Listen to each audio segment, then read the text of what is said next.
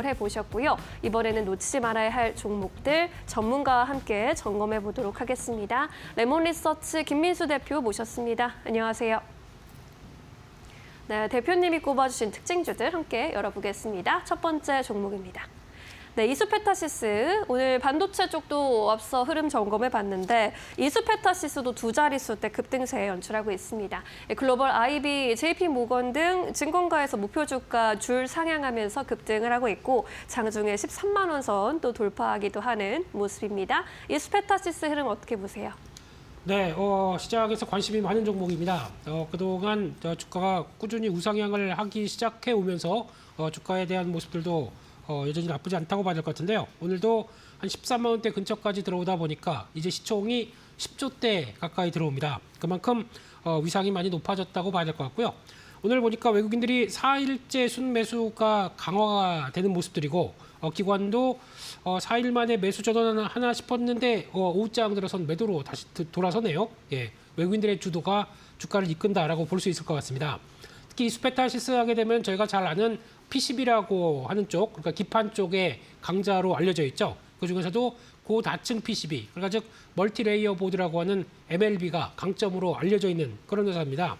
근데 이게 어느 쪽에 많이 쓰이냐라고 봤었는데 가장 또 이제 좀 더 적층화가 좀 높다 보니까 들어간 이제 서버 쪽이나 네트워크 그리고 또 AI 가속기 쪽에 많이 납품을 하기 시작하다 보니까 이번 사이클에서 AI 어떤 그 확장과 함께 가장 큰 수혜를 볼 수 있을 만한 기판 업체다라는 쪽에서 예전부터 올해부터 꾸준하게 강세를 이어왔고요. 그동안 또 고부가 PCB라든가 또 FC, BGA 쪽에서도 어느 정도 부각을 받고 있었다라는 쪽들이 주가의 가장 큰 동력으로 들어온다고 봐야 될 것 같습니다. 그런 쪽에서 대구에 위치하고 있죠. 공장도 한 4개 정도 갖고 있는데 해외 쪽에서도 미국과 중국 쪽에 생산 거점을 확보하고 있다 보니까 좀 더 다변화된 모습들을 나갈 수 있다고 봐야 될 것 같고요. 또 그동안 나왔던 뭐 관세 관련된 부분도 일단 미국 쪽에서 집중하는 모습들이 나오기 때문에 약간 그에 따라서 좀 비껴나갈 수 있었다라고 바라보고 있는데 그중에서 이수페타시스 하게 되면 그래도 빅테크와 손잡은 모습들이 어느 정도 성과를 나온다라는 관점 쪽에서 시장에서 가장 많이 관심을 갖고 있었습니다. 대표적으로 구글이죠. 구글의 AI 가속기에 들어가는 MLB 쪽이 납품이 되기 시작하면서 2023년 기준으로 보게 되면 구글 예약 매출의 비중이 30% 가까이 되는 상황들입니다. 근데 이게 떨어졌느냐? 안 떨어지고 있습니다. 이번 실적에서도 보다 보면은 30%대보다 살짝 넘어가기 30%대 업으로 나오기 시작하면서 시장에서는 역시나 빅테크 관련된 쪽에 발을 걸치고 있는 또 하나의 회사다라는 쪽에서 관심이 가장 높은 그런 모습들로 바라보고 있고요. 그와 함께 또 기판 쪽이다 보니까 아무래도 삼성전자와 SK하이닉스의 어떤 관계와도 여전히 돈독한 모습들이 나오는 흐름들 쪽에서 점진적인 어떤 매출의 확대가 나오다 보니까 그의 이번 실적에서도 반영이 됐다고 봐야 될 것 같고요. 이번 실적 보게 되면 3분기가 영업이익이 584억 정도 나오다 보니까 한 500억이 안 될 걸로 예상을 했었지만 오히려 그 이상을 보여줬다는 쪽에서 체력이 상당히 강하다라는 쪽들에 대한 모습들이 나오기 시작했고요. 이렇게 되기 시작하게 되면 올해 영업이익이 한 1,900억대까지는 충분히 나올 걸로 보여집니다. 작년 대비 90% 이상 증가하는 모습들이 나올 거고요. 내년은 2,600억대 예상을 하고 있는데 이 기조로 보게 되면 그 이상도 한번 기대해 볼 수 있지 않을까라는 쪽에서 내년도 한 30% 이상 영업이익은 늘어나는 모습들의 무게를 삼는 모습들이죠. 그런 쪽에 가장 큰 핵심이 지금같이 AI 가속기 쪽은 계속 또 가격이 올라가는 모습들이다 보니까 들어가는 기판도 가격이 올라간다라는 쪽에서 단가인 ASP도 올라가고 그러면 당연히 수익성도 올라가겠죠. 그런 관점 쪽에서 일단 추가적으로 AI 서버 투자들 글로벌 빅테크 기업들 중심으로 계속 확대가 되기 시작하고 데이터 센터에서도 추가적으로 들어가는 통신망 투자도 같이 확대가 되다 보니까 그에 연관되는 또 기판들도 더 좋아진다라는 쪽들이 가장 중요한 변화가 아닌가 생각이 됩니다. 그런 쪽에서 또 하나 수출주다 보니까 아무래도 환율 효과도 충분히 가세가 됐다고 봐야 될 것 같고요.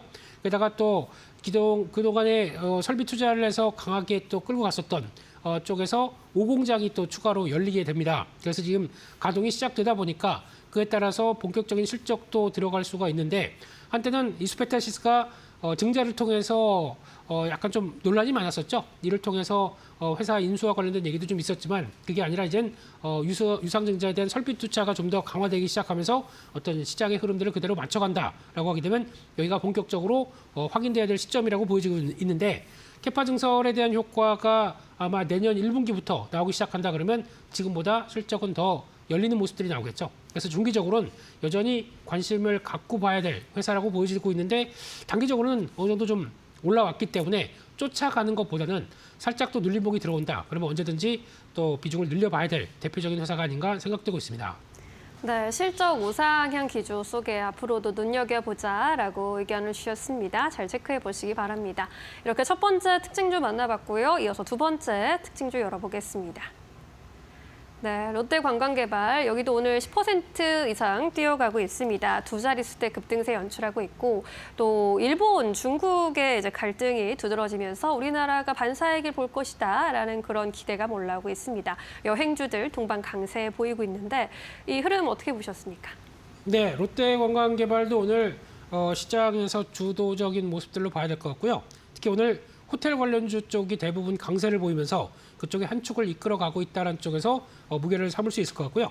외국인들이 하루 만에 순매수세로 전환되면서 최근에 보여주지 못했던 강력한 매수가 지금 들어오고 있는 상황들입니다. 기관도 이틀째 연속 순매수를 보이면서 시장에서 수급상의 어떤 강한 변화가 좀 들어오고 있다고 봐야 될 것 같고요. 이 회사 하게 되면은 가장 중요한 게 이제 제주도의 터를 잡은 대표적인 리조트 회사다라고 볼 수 있습니다. 2020년도에 말도 많고 탈도 많았던 제주 드림타워 이제 복합 리조트를 오픈을 해서 당시에는 이걸 건립하기 시작하면서 어떤 돈을 조달을 상당히 크게 했었죠. 그런데 그 과정에 코로나19 사태를 맞다 보니까 그 과정 쪽에서 제대로 오픈되진 않았는데 자금 부담들이 상당히 심해졌었는데 그런 과정 쪽에서 우여곡절 끝에 이제 개장을 하고 이제 영업을 하기 시작하다 보니까 특히 호텔과 카지노 쪽이죠. 이쪽에서 어느 정도 성과를 내기 시작하면서 그동안에 크게 호텔 공사를 통해서 들어갔던 부채를 어느 정도 이제 갚아나가기 시작하는 모습들이 앞으로의 가장 큰 포인트가 아닌가 생각이 되고 있습니다. 그밖에 그랜드 하얏트 제주 같은 경우도 1,600객실을 운영하고 있다라고 하게 되면 제주도의 어떤 텃밭이라고 봐야 되겠죠. 그런 쪽에서 제주도는 아무래도 중국인 관광객들이 사랑하는 관광지가 되다 보니까 거기서 성과를 나오는 모습들이 그대로 실적에 반영이 된다라고 볼 수 있는데요. 근데 이번에 주말 사이에 나왔던 얘기를 보게 되면 일단 일본의 다카이치 총리가 어떤 중국에 대해서 혹시나 대만 침공이 이어지게 되면 자위대에 대해서 본격적으로 어떤 투입될 수 있겠다라는 얘기를 하다 보니까 중국의 심기를 건드렸었죠. 물론 총리 입장으로는 일본에서 지지율이 69%까지 확 올라가는 모습들이 나온다고 하더라도 중국 입장 쪽에서는 상당히 불편하다라고 관점 쪽에서 오히려 일본 방안을 제안하고 유학생까지도 허가 안 해줄 분위기로 나가고 있다 보니까 상대적으로 양국의 분위기가 좀 거센 모습들이죠. 그에 따라서 만약에 여행객이 온다라고 하게 되면 일본 대신에 한국으로 들어올 가능성이 높다는 쪽에서 어떤 기대감은 좀 채울 수 있는데 이 부분은 아무래도 중국과의 관계가 어떻게 되느냐에 따라서 급변할 수 있는 모습들이기 때문에 무조건 수혜다라고 보기는 좀 어렵고요. 우리도 핵 잠수함 관련된 쪽에서 약간 얘기가 앞으로 어떻게 진행되느냐에 따라서 중국의 변화가 또 달라질 수가 있기 때문에 일단 이 부분의 변수는 계속 체크하는 게 맞겠다라고 봐야 될 것 같고요.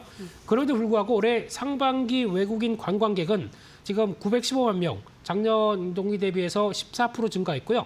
관광 목적도 같이 증가하다 보니까 지금 올해 거의 2천만 명 이상까지는 나올 수 있지 않겠느냐라는 분위기 쪽에서 관광객들이 계속 늘어나고 있는데 그런 관점 쪽에서 호텔 쪽은 구조적으로 공급이 제약돼 있었죠. 지난 코로나19부터 그때 한번 호텔업들이 힘들어졌다가 그 뒤로 제대로 어떤 공급이 되지 않고 거의 정체인 상황 쪽에서 외국인 관광객들이 많이 들어온다라고 하게 되면 수요보다 그러니까 공급보다 수요가 훨씬 많은 상황 쪽에서 객실 단가가 올라가는 현상이 나왔죠. 그렇기 때문에 그와 함께 이어지는 변화가 이어진다라고 하게 되면 객실 단가가 끄는 실적의 변화라는 쪽에서 또 시장은 주가에 대한 그러니까 실적에 대한 분위기가 그렇게 나쁘지 않다라고 봐야 될 것 같고 또 중국인 선호하는 제주도 쪽은 더 주목을 받는 분위기죠.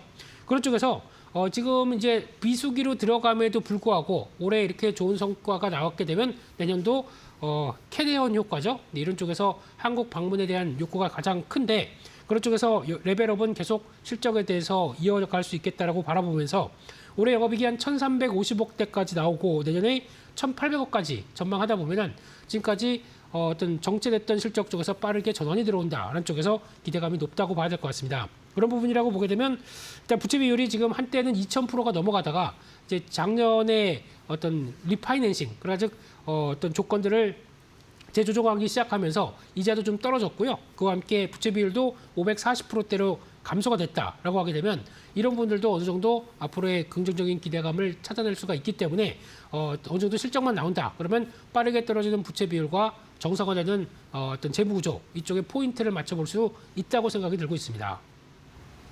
네, 호텔 산업이 호황기에 이제 접어들었다라는 분석 속에 증권가에서도 많이 주목하고 있고요. 실적도 좋은 전망 나타나고 있다라는 점 잘 참고해 보시기 바랍니다.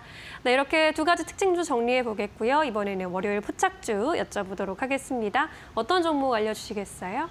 네, 시작을 기판으로 시작했기 때문에 마무리도 기판으로 마무리하겠습니다. 네, 오늘 관심 쪽은 심텍입니다. 일단 심텍 같은 경우 이번에 실적이 조금 부진하게 나와서 고생을 했었는데 그럼에도 불구하고 이번 사이클에서 가장 중요하게 받을 쪽들은 반도체 기판이 아닐까 생각이 되고 있고요. 원래 반도체 기판 같은 경우는 반도체 사이클 쪽에서 가장 나중에 움직인다고 보여졌습니다. 하지만 그게 그때 같은 경우는 미세화된 모바일 쪽의 기판들이 많이 강조가 되다 보니까 그랬던 부분이라고 생각하게 되면 지금은 그게 아니라 오히려 고적층화되고 좀 커지는 게 가장 큰 대세입니다. 왜냐하면 AI 데이터 센터에 들어가기 시작하다 보니까 이게 가장 강점으로 바뀐 모습들이죠. 그럼 그의 준비를 잘하는 회사가 어디냐라고 봤을 때 국내 업체들도 FCBGA를 통해서 투자를 하다가 거기서 한때는 좀 힘들었지만 이게 좀 성과가 나오기 시작하면서 제대로 된 어떤 호기가 맞아진다는 관점 쪽에서 바라봐야 될 부분이라고 생각되고 있고요. 반도체 패키징 기판이 73%, 메모리 쪽의 기판 쪽이 한 26% 정도 되다 보니까 그래도 패키징 기판 쪽에 대한 관심이 가장 높다고 봐야 될 것 같고요. 또 하나 지금 심텍이 최근에 실적도 안 좋고 CB에 대한 부담들이 CB 전환들이 들어오다 보니까 그에 따라서 좀 걱정이 좀 이어졌던 모습들인데 그에 불구하고 앞으로 성장에 대한 무게를 둔다 역시 크게 이상이 없다라고 봐야 될 것 같습니다. 그런 쪽에서 실적은 일단 지난 3분기 같은 경우는 매출액이 한 3,700억대, 영업이익이 124억대 정도로 생각했던 것보다 좀 적게 나왔는데 그럼에도 불구하고 앞으로 해야 될 일은 더 많다고 봐야 될 것 같고요. 그런 쪽에서 그래도 MCP라고 하는 모바일 칩 쪽에 들어가는 D램, 낸드 같은 멀티칩 패키징 같은 경우는 그래도 성장이 보였다라는 쪽들과 함께 그다음 GDDR7도 일본이 제대로 이제 성과가 나오기 일본 쪽에서 제대로 어떤 납품이 받기 시작하면서 그 관점 쪽에서 오히려 이쪽도 한 15% 성장했다. 지난 분기 대비해서 성장했다라는 쪽들로 보게 되면 앞으로 심텍이 나아갈 방향을 분명히 보여줬다고 봐야 될 것 같고요.